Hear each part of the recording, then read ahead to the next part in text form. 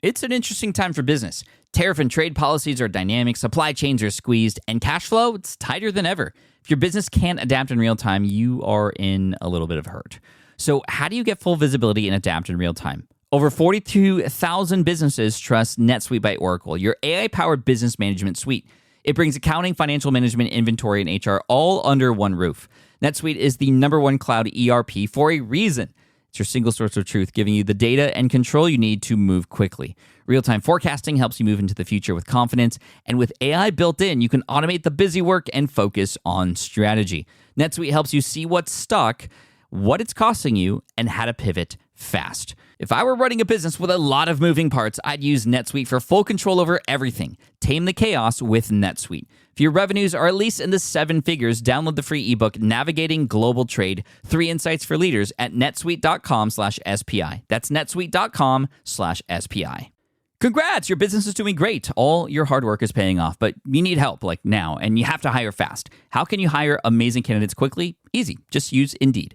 When it comes to hiring, Indeed is all you need. Stop struggling to get your job post seen on other job sites. Indeed sponsored jobs help you stand out and hire fast. And with sponsored jobs, your posts jump to the top of the page for your relevant candidates so you can reach people you want faster. And it makes a huge difference. According to Indeed data, sponsored jobs posted directly on Indeed have 45% more applications than non-sponsored jobs. One of the things I love most about Indeed is that it has one of the largest databases of job seekers, giving employers access to a wide range of candidates. And with job alerts, I get notified when new candidates apply.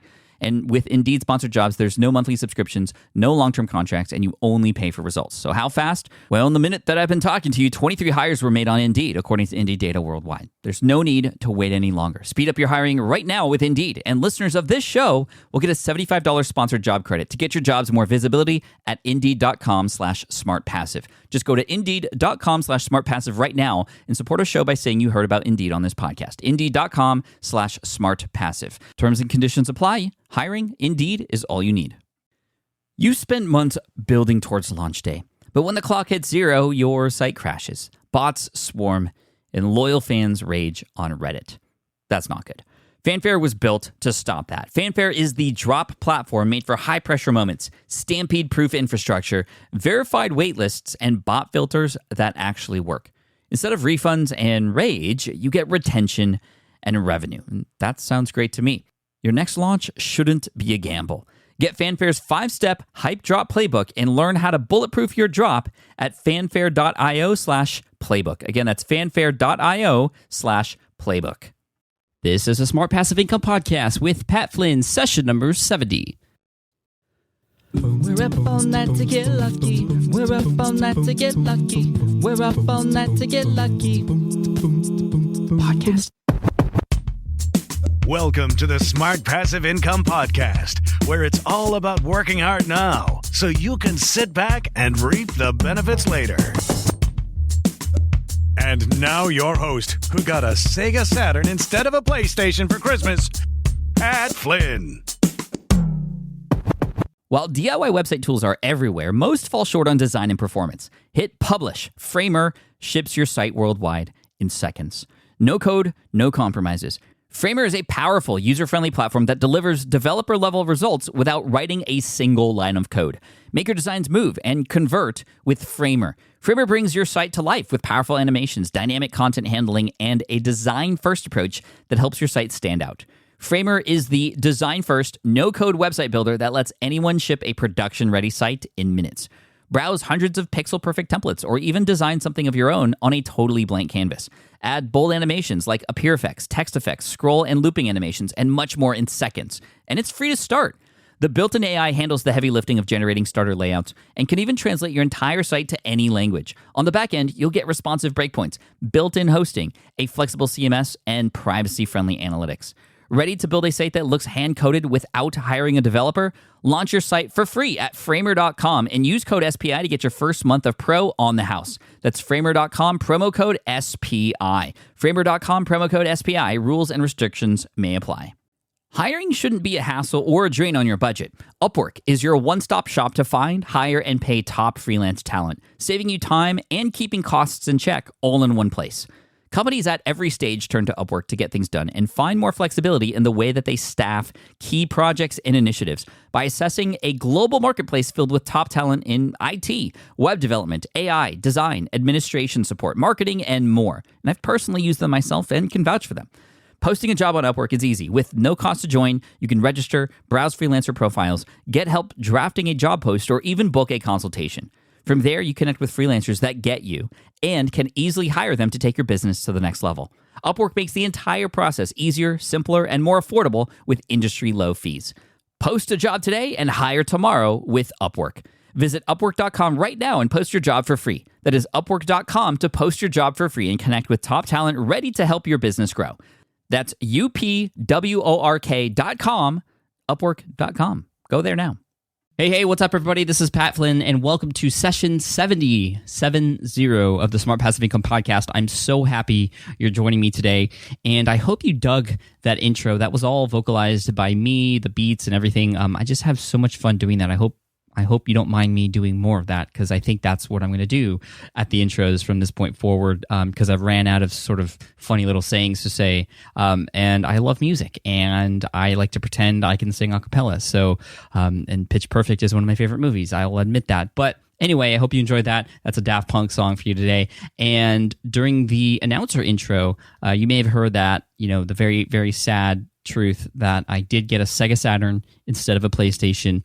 And as we all know, some of you probably don't even know what a Sega Saturn is, but they both came out at the same time and I got the wrong one. But anyway, that's okay, because I'm here with you today and we have a very special guest on the show, someone who is bringing a little bit something different to the table, someone who is going to talk a little bit of psychology, a lot of psychology, and a lot of just really interesting things about our brains and why we do the things we do and how that can help us in our business. This is really important stuff. As much as it may not seem like it when you're listening to it, when you really think about it, this is actually at the root of everything we do. My guest today is Sean Webb from I Am Podcast, IAMpodcast.com. Talks and discovered a lot about how the human brain works. And he has a really interesting story about how he discovered all this, which he's going to share right at the top of the show. So without further ado, let's get to the interview with Sean Webb from IAMpodcast.com. Hey, what's up, Sean? Welcome to the Smart Passive Income Podcast. How are you? I am well. Thank you, Pat. Thank you for having me. Of course. For everybody out there who doesn't know who you are, kind of tell us a little bit about what you do and how you got into that.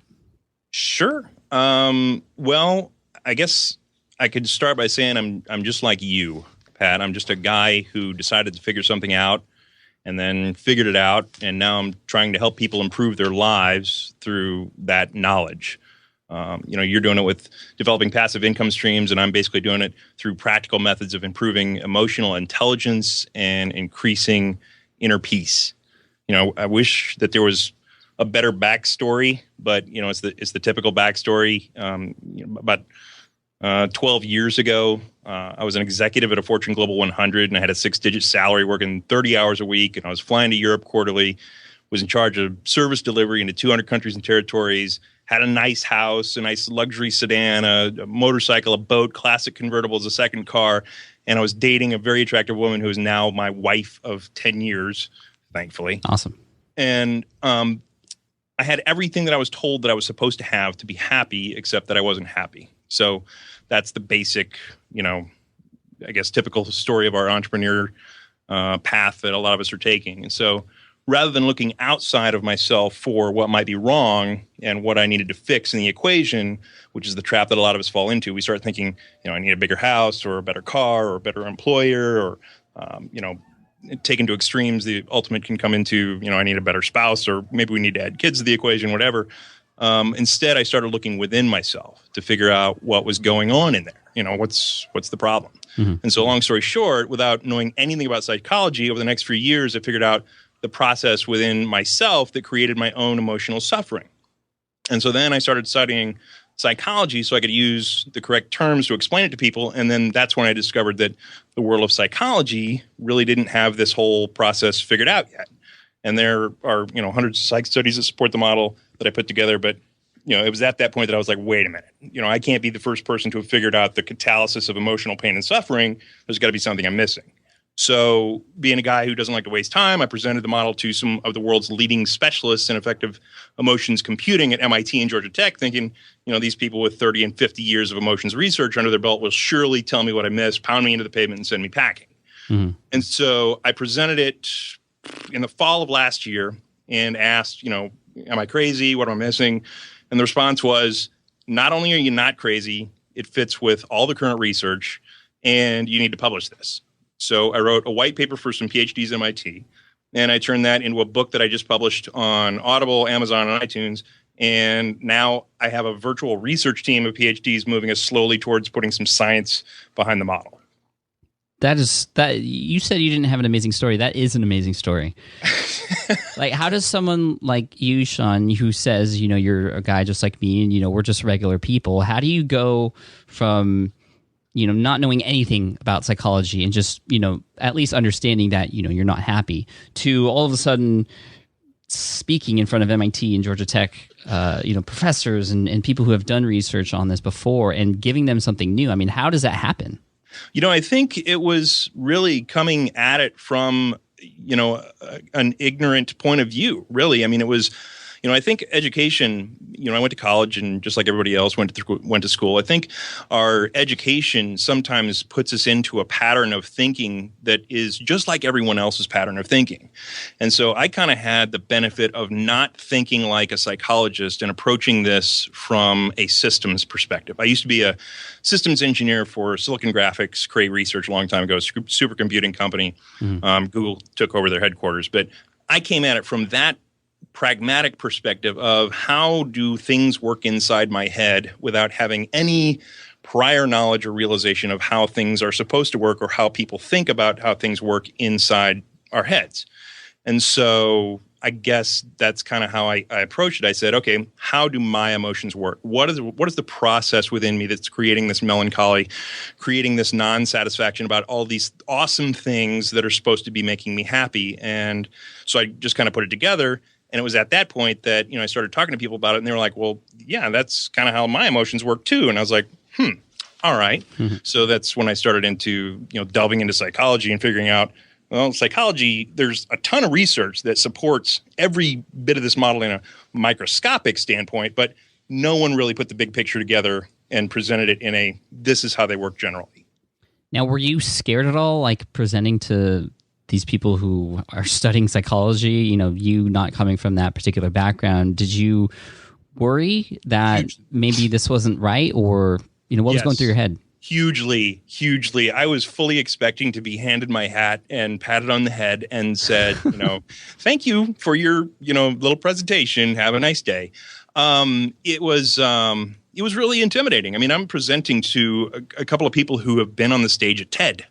Right. And who talk about emotions and who are the foremost experts in the world on emotions research regarding, computing research and building these models to explain research in a logical fashion. And here I am, this guy who, probably had a Psych 101 course in community college on my way to my degree. And, I'm saying, okay, well, tell me what's wrong with this so I can go home and put it to rest. Right. That's so cool. I mean, even before we get into what that model is and sort of what that's done for you, I just think that just speaks highly of really, just how much you believed in something and how much you really wanted to figure this out and what that actually did for you. I mean, you could have easily just said, oh, I'm going to look for more external things to make me happy. Or you could have just said, oh, well, I'm not happy. I'll just try to be happy. But you actually tried to figure this out. And then you took it a step further and you wanted to share this with everybody. So kudos to you for that. I think that's really cool. Yeah, because it's really had a great benefit to my personal life. And, so now it's like, I want to share this with everybody. So I'm trying to, listening to your podcast and stuff, I'm trying to develop some passive income products that, will help people become Jedi masters of their mind for however they want to use it, attaining inner peace, becoming better business people, improving their relationships or their parenting skills, or, we're even developing a product to help police officers handle highly charged situations while they're in the middle of that situation so that the municipalities can reduce their litigation risks when somebody doesn't step on somebody's neck too hard, that type of thing. And so an added benefit would be so our police officers can remain controlled in almost any situation, which I think is a good requirement for society. Yeah, no, definitely. And it's really interesting because you're taking this thing that to normal people and to people like myself, it just seems like there wouldn't be any sort of formula, I guess, or sort of equation or model that goes along with emotions and how it all works. But based on what you're saying here, there's a particular way things happen. If we can understand that, we're going to be way better off. Oh, totally. Because the studies on emotional intelligence, there are tons of studies on emotional intelligence. One even just recently that shows, the adolescent social skills are increased. This is a study done by Desiree Ruiz Aranda in Spain. She showed that a higher level of emotional intelligence creates a higher level of social skill in adolescents and a lower level of stress in teenagers and helping solve the problem of teenage angst. Mm-hmm. And, another study published in Social Cognitive and Affective Neuroscience showed that IQ and EQ, emotional quotient, is tightly coupled together, where it used to be, they thought it was totally separated, that you could be really smart and emotionally ignorant, or emotionally ignorant and incredibly intelligent, but now they're seeing they're exceptionally coupled, and so increasing your emotional quotient will increase your intelligence quotient.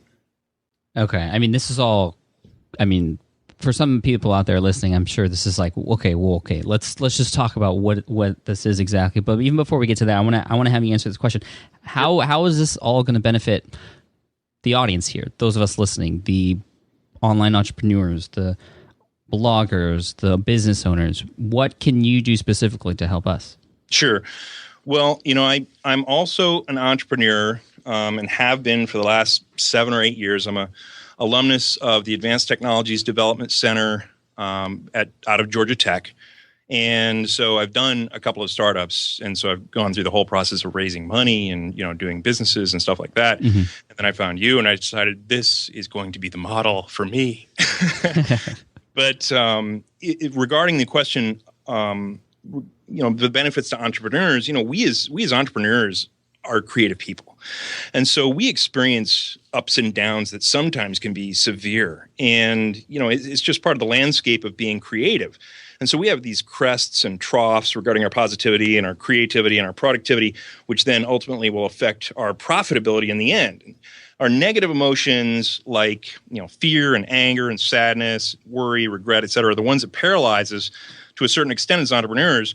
When we get discouraged or distracted or taken off path or lose motivation or lose focus, what is happening there is that we're being affected by an emotion within us that's causing the symptom of us not being able to be as productive as we can be. So, in other words, if we lose our wind in our sails, it's because of some sort of emotional disappointment or emotionally created chemical imbalance or emotional occurrence that our mind is either consciously or unconsciously chewing on.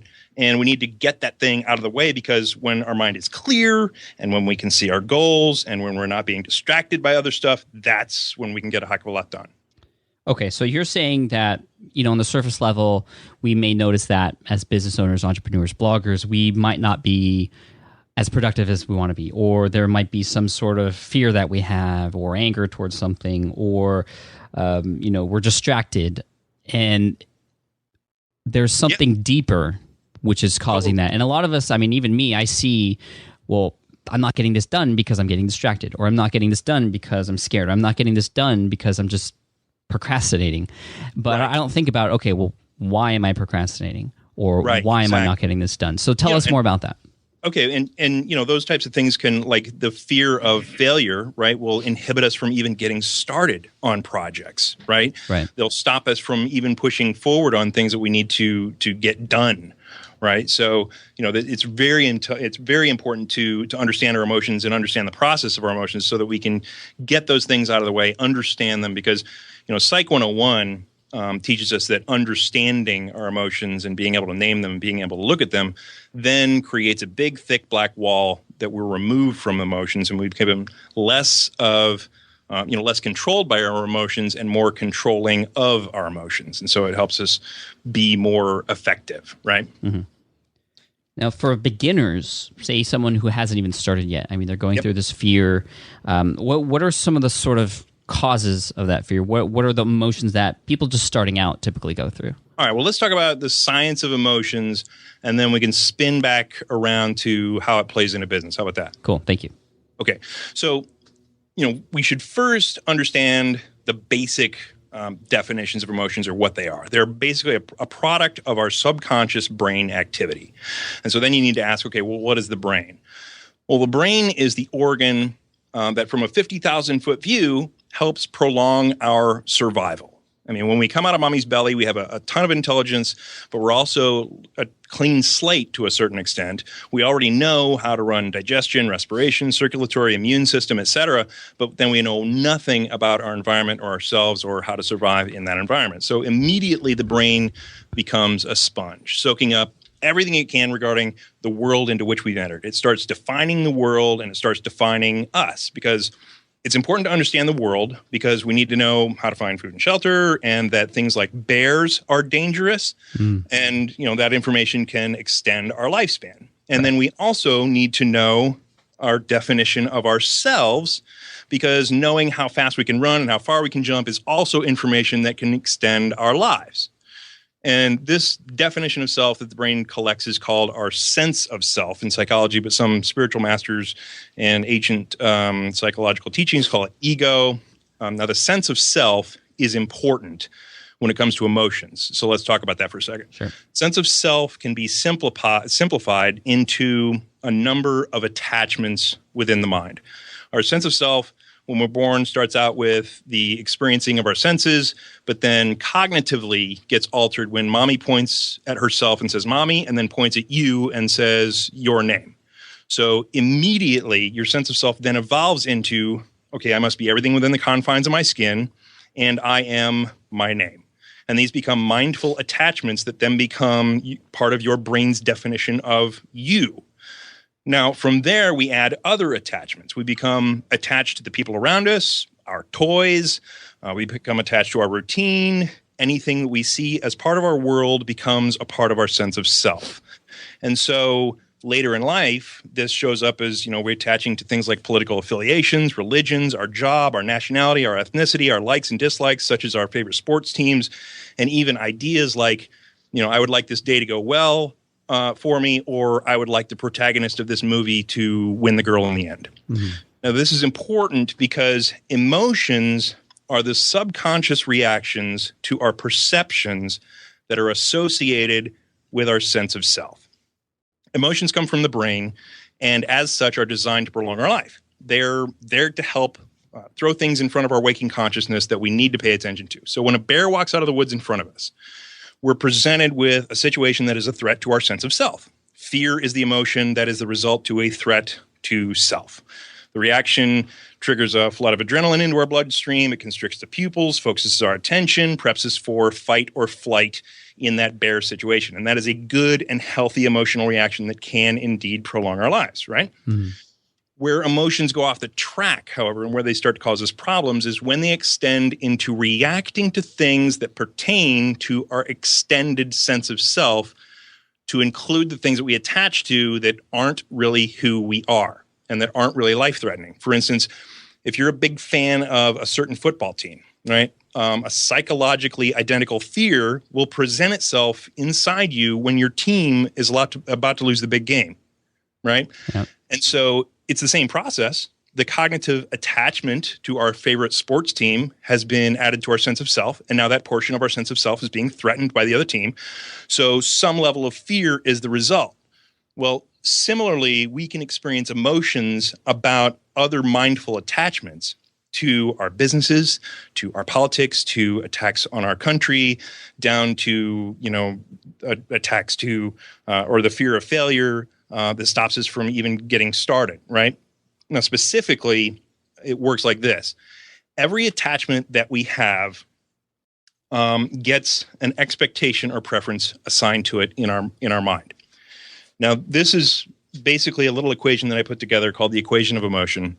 It is expectation and or preference about your attachment of self as compared to your reality as perceived or your perception of whatever the world's giving you at the moment. That will either create a positive, a negative, reaction, positive or negative emotional reaction. Okay. Now, Can you re-say that equation, because I think that's really important. So just correct me if I'm wrong.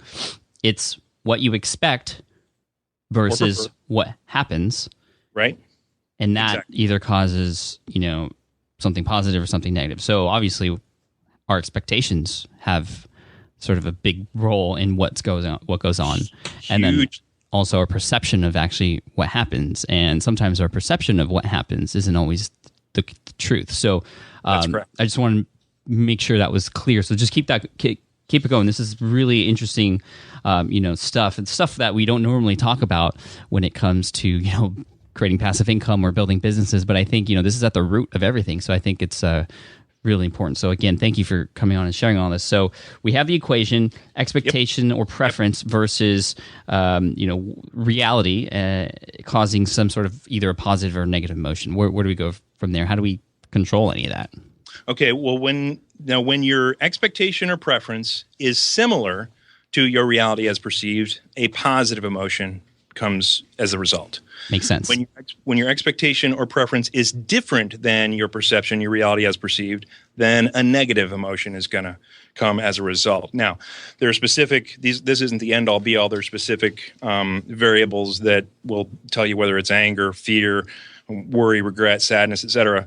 But basically, this is how emotions work. When your expectations or preferences are met in life, such as even when you're a baby and you're hungry, everything's fat and happy and you're giggling. If you're hungry and you're not being fed, then you start crying, right?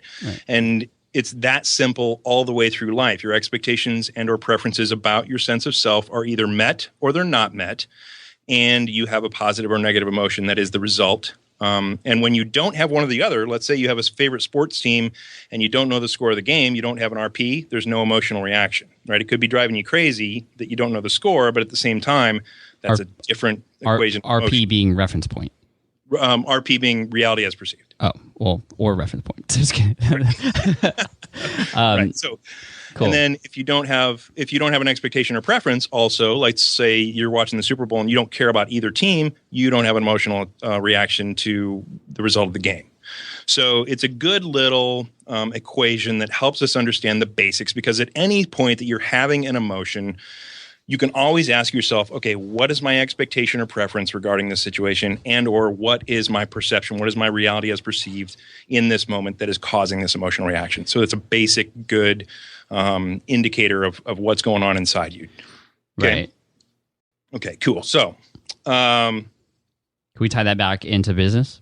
Yes. So let's say you have an expectation or preference regarding a sale of a new product that you're putting out or something like that. Cool. And you get the initial sales results and they are not what you expected them to be. You're going to have a negative emotional reaction to that expectation or preference not being met. So you have an expectation of the sales numbers and they're not coming in. And so reality is now replacing your expectation and or preference, saying it's not what you wanted it to be. And in the situation of an actual devaluation of one of your attachments, that's when sadness occurs. And sadness has multiple levels. Sadness can be expressed at a very low level of being disappointed or being hurt. And then at the mid-level, you have a real sadness. At the higher level, you have grief and despair. And so how attached you are to your expectation and a preference basically helps dictate how much emotion you feel. Let's say you have an attachment to your product doing well and it doesn't do well. Well, that'll dictate that you feel a little bit disappointed or you have a low level of sadness. However, if grandma dies, you're highly attached to grandma. And so a loss there will, elicit a higher level of sadness, despair, and grief. Right. Now that makes sense. And I think that's sort of obvious as far as, the more we're attached to something and the more it doesn't work out, the more grief and despair we're going to have versus just maybe being a little bit disappointed. Right. Now, exactly. how can we control our emotions when we are met with sadness? Because, a lot of times, especially when you're starting out, what you want to happen or what your expectations may be are hardly ever reality. Right. So we're going to put ourselves in that negative situation all the time, which, for a lot of people means giving up or just not believing in themselves anymore and going down this spiral. Right, exactly. And so the two ways, or there are a few ways actually, we can control our emotions. I mean, the emotions themselves are a reaction of the subconscious portion of our mind and our brain, right? So we can't actually control the process that the brain uses to create the emotions. But because we know the variables in the equation of emotion, our expectation and our preference and our perception, we can start to mold the variables a little bit to help us shape our emotional reactions a little better. And there are a couple of other things that we can do as well to help control our emotional well-being and our emotional reactions. And one, of course, is knowledge of the process. Again, going back to Psychology 101, when we understand the process and we can identify the process, we can witness the process, we are removed from the process and removed from being affected by the emotion as much. But the second is plasticity, which opens a whole new, huge book on how to create a higher level of emotional well-being inside of ourselves. Because the cool thing about plasticity, emotions come out of our brain, and our brain is not what you see is what you get, and it's fully baked and will never change entity. Your brain, thanks to plasticity, reacts and can grow and shrink in various areas based on, what your conscious will is and what your activities are from your mind into your brain. So if you, for instance, use your right hand all the time on your actions and things like that, the area associated with your movement of your right hand is going to grow in your brain. And if you never use your left hand, that section is going to atrophy in your brain. And this is proven through hundreds of studies at this point, including some studies that they had to do on animals and cutting their control of their arms and limbs and stuff like that. Some very controversial stuff, but it's being shown now that is regarding emotional intelligence and emotional well-being, things like meditation can help us out. Meditation can increase our emotional well-being. It can control the alpha wave activity in the brain that creates the severity of emotional output. Mm-hmm. Massachusetts General showed meditation changes the brain structure in as little as 8 weeks. Wow. And at the point that you're changing your brain structure, you're changing your emotional output circuitry. So if you can get control of your brain and bring the noise level down inside, it is more easy for you to be able to slip into that space of the observer and slip into that space of being more in control rather than being controlled or being a victim of what's going on in your brain. Right, but it's so hard to control what's going on in your head sometimes. Oh, hugely, because, it's designed to throw things up in front of your consciousness that, are constantly, like 1,000 years ago, it's great. Is this important? Is this important? Should we pay attention to this? Should we pay attention to this? And a lot of those things are going to be things that help prolong your life. But now it's like, okay, who's going to get kicked off idle tonight? And, a lot of first world issues that distract us. Oh, who sent me that last email? And so there's a lot of stuff that our mind throws up in front of us that is just horrible for us, because there's a recent study that showed the average distraction comes in every 11 minutes. And if we allow ourselves, if we're unfocused enough to allow ourselves to switch gears and associate our attention with whatever that came in as that distraction, it takes us 25 minutes to get back to our original task. And wow. By the way, we're increasing our stress levels along the way, because a Gloria Marks study in 4 of 2012 showed that interruptions like that result in significantly higher stress levels in the body. And then another study by David Meyer at U of M showed that the higher stress levels equate to higher stress hormones, which dramatically inhibit your short-term memory retention. And so, if you're not controlling that stuff, you're not only not doing yourself good, you're actually doing yourself harm. Because according to the National Institutes of Health, stress is the number one killer nationally, because it causes high blood pressure, heart disease, stroke, et cetera. So now, are these interruptions that are sort of because of external factors, like, say I'm working and then somebody knocks on the door and then all of a sudden I'm interrupted, or I might get an email ping on my desktop while I'm in the middle of something? Like, is it that, or is it just me working on something and then just deciding to go on Facebook, or Well, it's both. Okay. When the distractions come in from external factors, that is most common. But a lot of times, if your mind is a little crazy, and always throwing up other ideas in front of you, should I pay attention to this? Should I pay attention to this? Well, if you do pay attention to it, that's going to increase your stress level, and that's where meditation and mind practice comes back into focus again for us, because you have things like the Institute for National Medicine and Prevention. They did a 10-year study, and they split people into two groups. And the first group, they told, okay, we want you to eat right and exercise. And the second group was told to meditate for 20 minutes twice a day.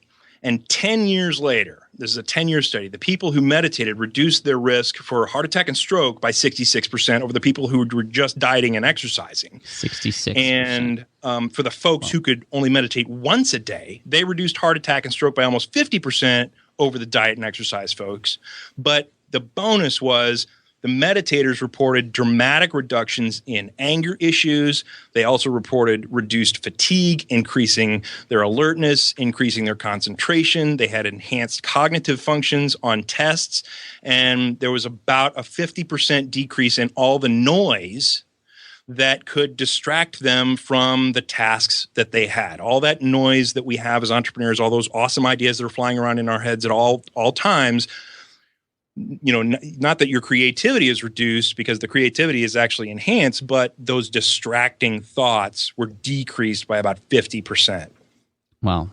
So really the big thing here is just to do what we can to sort of control our minds and sort of just guide the traffic that's going on in our heads instead of just letting it all just jumble. Yeah, totally. Because it takes practice, right? You don't sit down to the piano and expect to play, a concerto the first time out. It's something that you have to develop a skill for and develop a practice of. And especially when you're talking about dealing with the mind, is our experience of the brain. And so the brain is designed to throw things up in front of us all the time. Is this important? Is this important? Is this important? Because that type of activity is beneficial for our prolonged survival. And so in our more first world experience, where we've kind of got, wild animals taken care of, and, they're behind cages, and we're not necessarily in life peril every 10 minutes. Mm-hmm. That kind of stuff is now becoming an inhibiting factor for our health, because it's extending from what we think of our sense of self. Now we have extensions of our sense of self, such as our politics, our religion, our sports teams, or whatever, our expectations for the day. And now when our reality as perceived isn't meeting those expectations, that's causing negative emotions. That's causing stress hormones. That's causing short-term memory reduction. That's causing higher cortisol levels, higher stress hormone levels, shortening our lives. That's some serious stuff, not to mention being extremely distracting to us when we're trying to get stuff done for our business. Right. Right. No, that makes complete sense. Let's try to talk about some specific examples that people in the audience might go through or have gone through or may go through in the future when it comes to building an online business. Let's talk about some of the most common fears or common instances of negativity that people might come across. And maybe we could talk about how people might be able to either react to that or avoid that. Sure. And we had talked previously about this a few months back. My servers went down. Yeah. And it screwed up a lot of stuff. And, a lot of people perceived sort of my reaction to it and said, wow, you're pretty calm. But, in my head, I was just kind of livid. I wanted to scream and I wanted to throw my computer on the floor just because I knew that every minute that my site was not up, that was minutes where people were trying to visit my site and people weren't going there, income lost, opportunities to build relationships with people just lost, and just an overall negative sort of experience for my brand as a whole. Right. Now, people, that was something unexpected.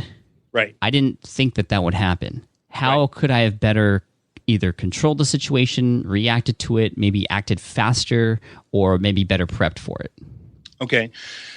Well, regarding prepping for it, I mean, you know that goes into a whole disaster recovery scenario, and basically there's a whole separate analysis of some things that I used to do for my Fortune Global 100, where you analyze all the potential threats and all the potential eventualities of your operational procedures and what could go down, and what are single points of failure, and how do you get those things back up, and how much money do you need to spend to get those things back up immediately, that type of thing. Right. So sort of technical like things I probably should have prepped for just in case. There's a bunch of technical stuff that you can do. But basically, the emotional reaction that you were feeling because of your site going down can go right back to our simple equation of emotion. It was your expectation and or preference as compared to, reality as perceived, what the world was giving you equaled your emotional reaction. Now, I'm guessing you had an attachment to not wanting your site go down. So there was a little bit of surprise initially, but then there was probably a little bit of anger as well. Now, anger by definition, and you can get this. I wrote a book called How Emotions Work in Humans and Computers. And if you were listening to NPR last week, they're doing a big thing, or they had a big story on how targeted advertising for emotions in users is going to be the next huge thing. If you want to understand that, go read that book. It's on Amazon.com, Audible.com, iTunes. It explains how emotions work and how to use that information for targeted advertising. But anger specifically is the attack of something outside of your sense of self, something off your attachment map that attacks something on your attachment map. So you've got your website, and someone off of your website attacked your website and reduced its value for that short period of time. So I'm guessing that you felt a little bit of anger in that situation. Is that correct? Quite a bit, yeah.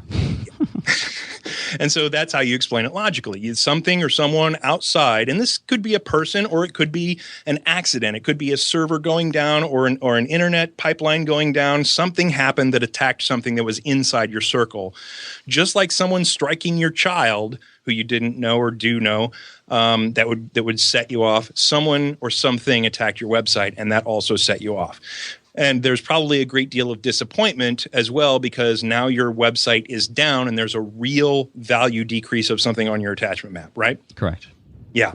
And so now how quickly you process those things and how quickly you get by them will determine how well you react to the situation, because a lot of people will get caught up in the whole stewing about the situation or being caught in the emotional reaction and not being able to take action before they can process their way out of the emotion. And so the faster you can process your way through that emotion, the better off you're going to be. So the reality is, when you're talking about being able to look at your expectation and or preference, I mean, it is good to even just verbalize, to say, okay, all right, my website is down. I would prefer my website to be up. It sucks that it's down. What at this point do I need to do to help get my website up? What actions do I need to take? And that will help get you by and separate yourself from the emotional reaction that you're having, right? And even if like the first example that we used, if you have an expectation or preference about your sales numbers of a certain product that you just put out, and the sales numbers are coming in and it's not selling very well, you could sit there and stew in your disappointment and say, man, that sucks. Or you could say, all right, my expectation or preference was the sales numbers are high. The reality is perceived, the RP of the equation is that they're not. All right, what action can I take to increase them? Now, instead of being caught up in the emotion and being controlled by the emotion, you are now taking the next step away from, okay, let's get through that emotion. Let's forget about that emotion and let's take the action necessary to get me to where I want to be in my goals. Mm-hmm. Cool. Now, let me ask you this question. Taking that equation, expectation, and perception. Yep. What if, for instance, my website going down, what if, as a way to more closely match reality versus expectation, if I just expected my website to go down? You can. I mean, the reality is that in the tech world, things break. I mean, I can't tell you how many hard drives that I had, go bad on me and how much data that I lost before I finally broke down and bought a multi-$1,000 RAID system. Things break in the tech world. It's not a question of if, it's a question of when. And so you need to have, an expectation that things are going to break even at unexpected times. And so if you set your expectation that some things are going to break, you definitely are going to handle those situations where your outage comes up much better. You're going to say, okay, boom, this is a time when something has failed. And I expected that something is going to fail. Okay, it just happens to be happening now. Either it's a good time or it's a bad time. It doesn't matter, because now you have at least a miniature plan in your head to say, okay, here's what I'm going to do. Here are the things that I thought about, that I needed, that I planned for. I have a copy of the website. Let's just upload that. Let's get it to an alternate server if the host is down for some reason or whatever. And switch it over on the A record or whatever you're doing to get your site back up. Having that expectation, like you said, is going to dramatically increase your ability to be able to handle your emotional reaction from whatever event is causing your strife. Right. Yeah. And that's why I brought that up. Now, what about expectation versus goal? How do you kind of define that? Because what if, I'm worried of people and even myself saying, okay, well, I'm going to expect my website to go down, and that's it. And so I don't even care, or I don't strive for 100% uptime. Like, where does the goal come in this equation? Yeah. Oh, and this is one of the best Buddhist enigmas, if you want, because the Buddhists basically have been touting for the last 5,000 years. If you don't have any attachments to things, you won't have any negative emotion or negative strife in your life, because it actually turns out to be scientifically true. If you don't have any expectations or preferences because you don't have any attachments, half of the equation of emotion is empty, and you won't have any negative emotions as a result of the stuff that happens in your life. Right, but the funny part is, we live in this world where it's required that we have money to pay for the food for our kids and keep house over our head and yada yada yada. So we have to have goals and set milestones to achieve, and so those things become attachments. The key to being able to manage that is to understand the process, to understand mindfully that, okay, this is an attachment that I'm putting on. And, sometimes things are going to go well, sometimes they're not going to go well. And I need to be able to just expect that there's going to be an up and down. And having that expectation of having that there's going to be a little bit of an up and down from a daily perspective is going to help you manage those up and downs. But then also, it's going to keep those attachments that you put on, those goals that you put on, at arm's length. It's going to help you realize, okay, these are things that I want to do, but they're not necessarily really a part of who I am. They're not a portion of my sense of self. I am going to work towards these things. I'm going to do the things that are necessary to get these things done. But at the same time, if one of them fails, it's not going to ruin my life or ruin my day. It's going to be one of those things where you can, and this is where perception comes in. Changing, one of the coolest things that I learned a long time ago, before I even started this equation of emotion thing, was I learned to look at my failures as positive events.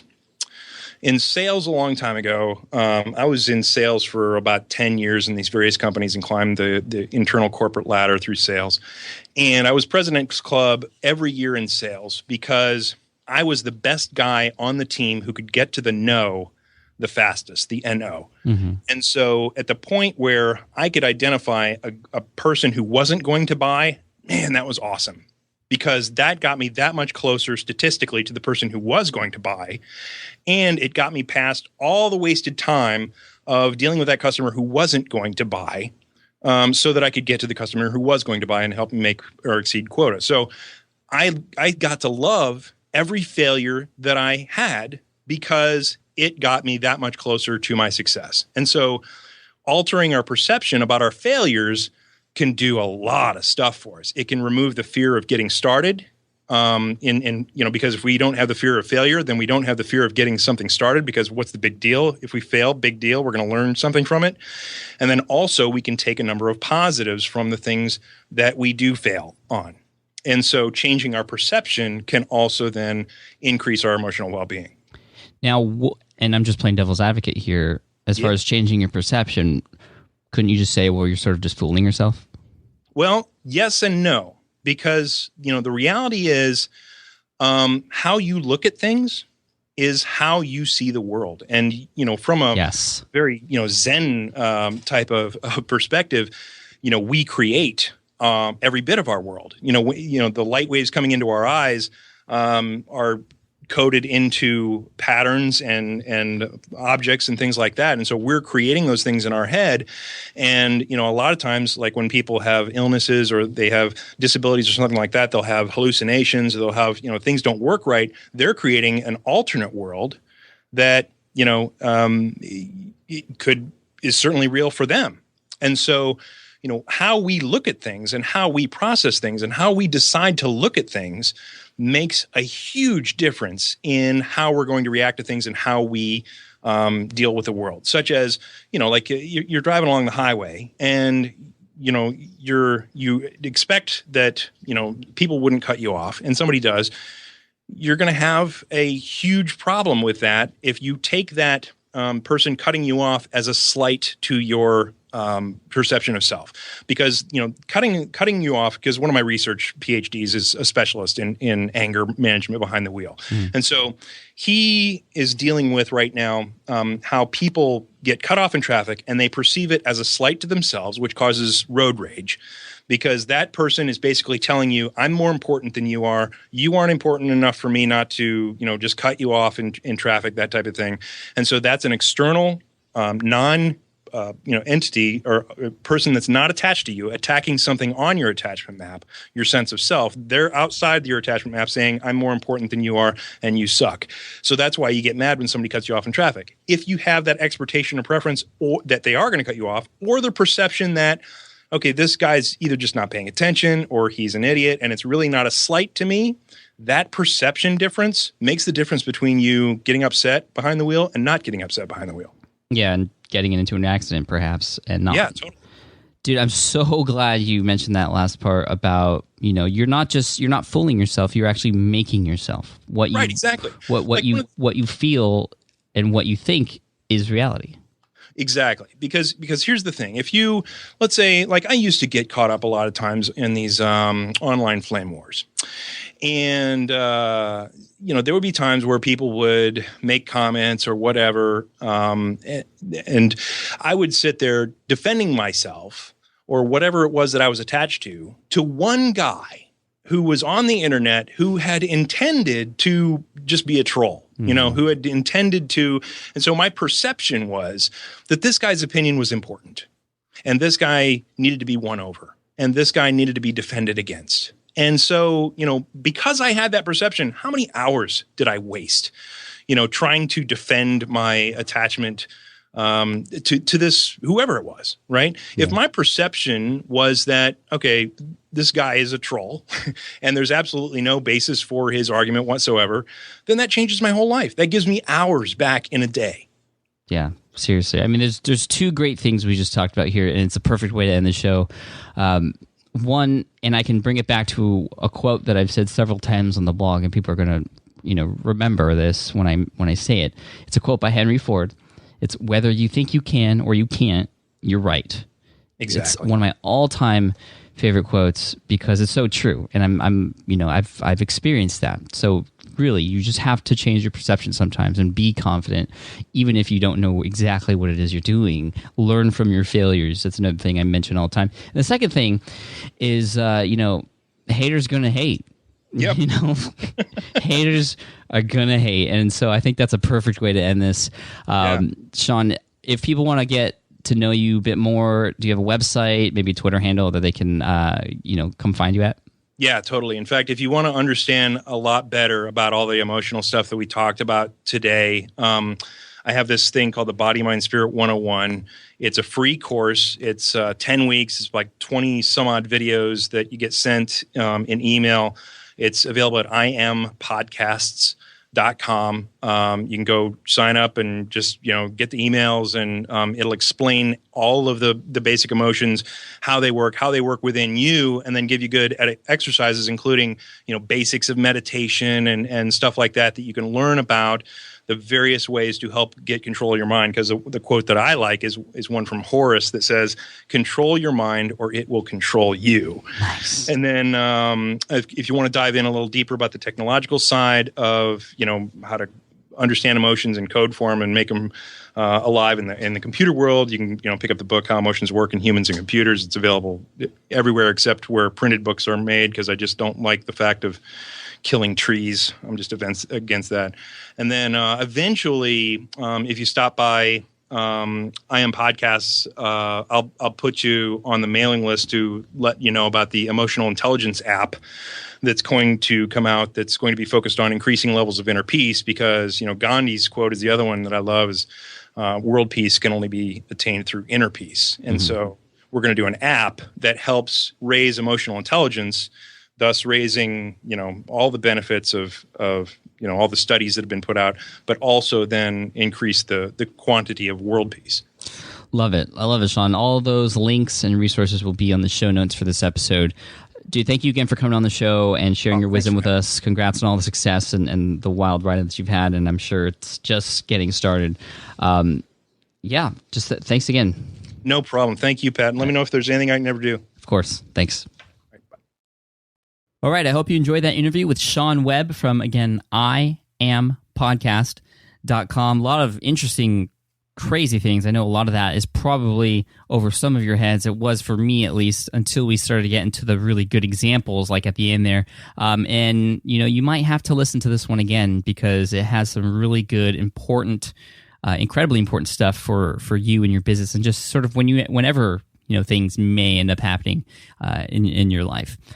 Now, before we finish up, I do have a SpeakPipe voicemail for you. Again, if you want to leave me a voicemail, you can. You can go to speakpipe.com/PatFlynn. You can leave me a voicemail, and you might get featured on the SPI podcast, just like Mr. Frank Block here. Frank has a website. You can find it at metropriesta.com. I won't spell it here because he spells it in the audio. And it's a really interesting thing he has going on, and he asks a couple really great questions. So let's get to the voicemail from Frank. Hi, Pat. It's Frank Block here, calling from metropriesta.com. That's metropriesta.com. About 2 years ago, I came across your ebook, eBooks the Smart Way, and I loved it. But I struggled to find a topic. And then I met a retired NHL All-Star named Metro Presti, hence the website title. And he wanted me to write a biography on him. And I instantly thought of doing it as an ebook and an audiobook, just like you outlined in your ebook. Now, after doing tons of interviews with him and many of his old teammates and friends, I'm very close to having it completed. And I have a daughter who is a graphic and media design consultant, and she's setting up my website and that. And she suggested that I don't do it as you outlined in your ebook, but rather to offer it through iTunes and available for Kindle. What are your thoughts? I'd like to know the pros and cons of doing it either way, or maybe both. I just want your input. I'd also be interested in knowing how to edit my audio so that each audio file will have multiple chapters. Any help would be appreciated. Keep up the good work, Pat, and thanks again for all that you do. Hey, thanks, Frank, for the questions. I'm sure a lot of people out there listening right now will also have the same questions or come across the point at which they would need answers to this question. So I'm really happy to answer it for you today.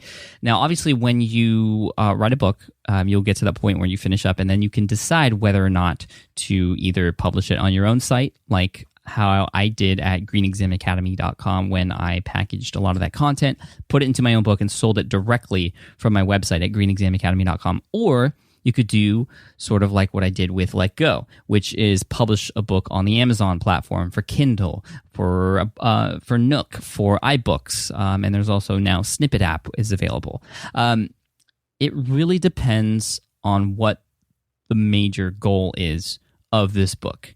If your goal is to make a ton of money, then publishing on your own site can be the best option if you have that audience there, or if you know and have perhaps run tests on paid advertising to get traffic coming to your website. And the benefit of that is you have more control over how you run your promotions, what the price is. You can split test stuff. You can add bonuses and downloads and all this stuff. And yeah, you could do that with Amazon Books too, but this is all controlled on your own site. You can keep the branding experience the same on your own site. Again, that was very lucrative for me on greenexamacademy.com when I published the Green Exam walkthrough. And on Amazon.com, however, and all those other marketplaces, you have to think about what's there already and what the benefits are there. For example, Amazon.com has 300 million people who have their credit cards registered on their site and the ability to, with the click of a single button, to purchase whatever books are on there. And so you also have to think about that Amazon is a search engine, and it's probably the largest paid search engine in the world, meaning people go to Amazon expecting to find stuff that they're interested in and then pay for it, as opposed to something like Google or even iTunes or YouTube, where most people are searching for stuff that is free, for free information.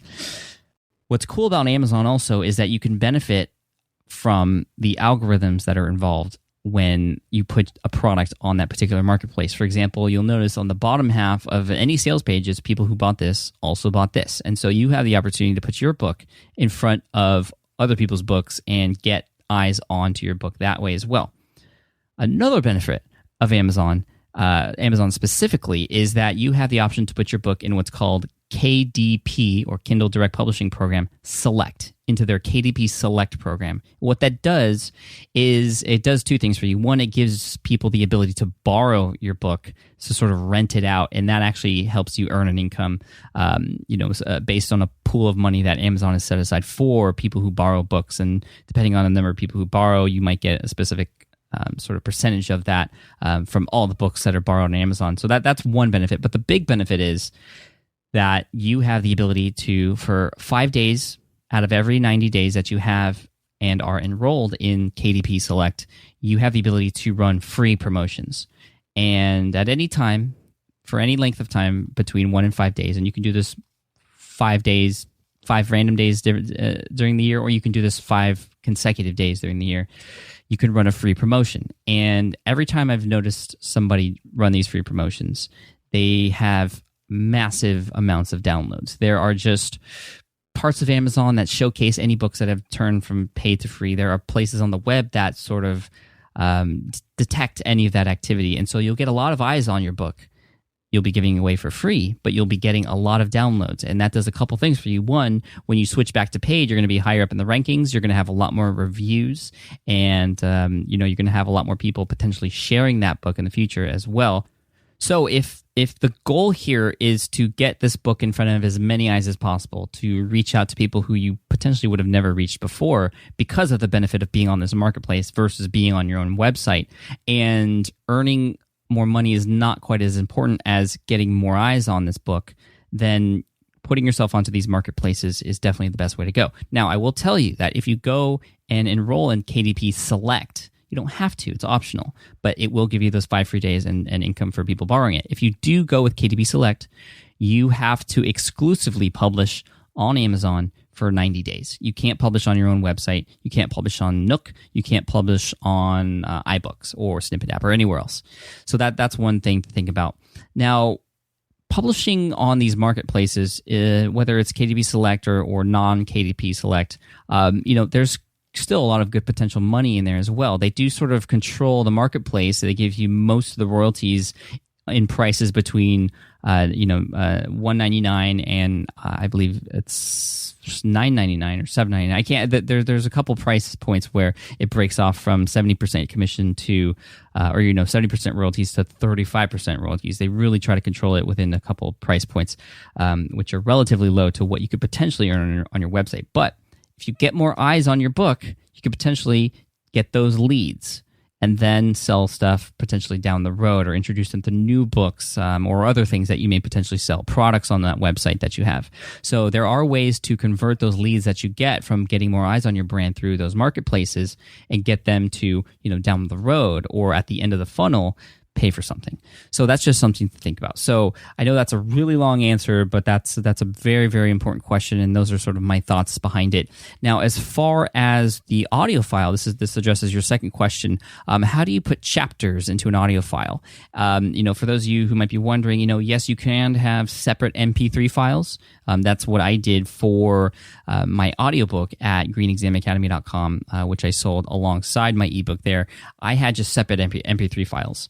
I think I had like 60 separate ones. Now, you can create a single file that is sort of like an MP3 file, but it's called a M4B, B as in boy, which is the standard bookmarkable audiobook format, M4B. And what that does is it allows you to put different chapters into one audio file, whereas you can create ID3 tags between each of those chapters so that when you do reach that particular part in the audio, it will switch, the information on the screen that the people are listening to. It will say chapter 1, chapter 2, chapter 3, and things like that. And that's the sort of universal the audiobook format. So that's M4B. As far as how to create that, I'm not sure. I have never done that. I had people do that for me. I know there are services that can do that for you as well, and probably tools that you can use that you can download. Some free, perhaps. I'm not exactly sure, but I'm sure there are paid ones out there to create that single M4B standard bookmarkable audiobook format.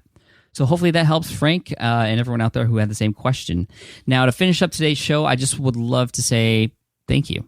Just thank you from the bottom of my dear little heart, because you guys are awesome. Like, seriously, I just enjoy so much what I do. Right now I'm staring at a wall while I'm speaking, but I know that there are tens of thousands of you listening to this right now, or who will eventually listen to this in the future. And just knowing that you're there just means the world to me. So if you could come by the blog, come by the show notes today, and just let me know how the podcast is going, what you're enjoying from it, maybe something I can improve on. I'm always looking to improve. Any sort of respectable, constructive criticism, I am always happy to accept. So come to the show notes. Whenever you get a chance, go to smartpassiveincome.com/session7070, smartpassiveincome.com/session70.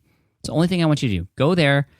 All the links mentioned in this show, although there weren't very many in this particular one, are there. But I also want you to leave a comment and just let me know how you feel about the podcast. We're at episode 70. We're approaching episode 100. I love doing this for you. Do you love listening? Let me know. smartpassiveincome.com/session70. Thank you guys. Love you so much. Hope you enjoyed the show. That's all I got. Peace. Thanks for listening to the Smart Passive Income Podcast at www.smartpassiveincome.com.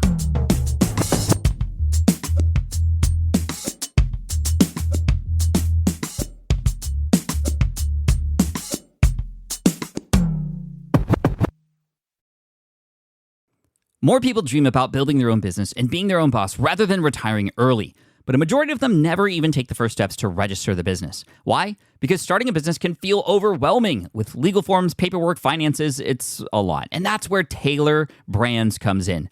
Taylor is a complete business builder designed to make launching your business simple and stress-free.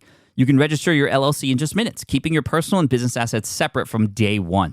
And from there, you can get access to everything you need to get off the ground, from legal documents, licenses and permits, invoicing and bookkeeping tools, and even a 100-day business coaching program to help you hit the ground running.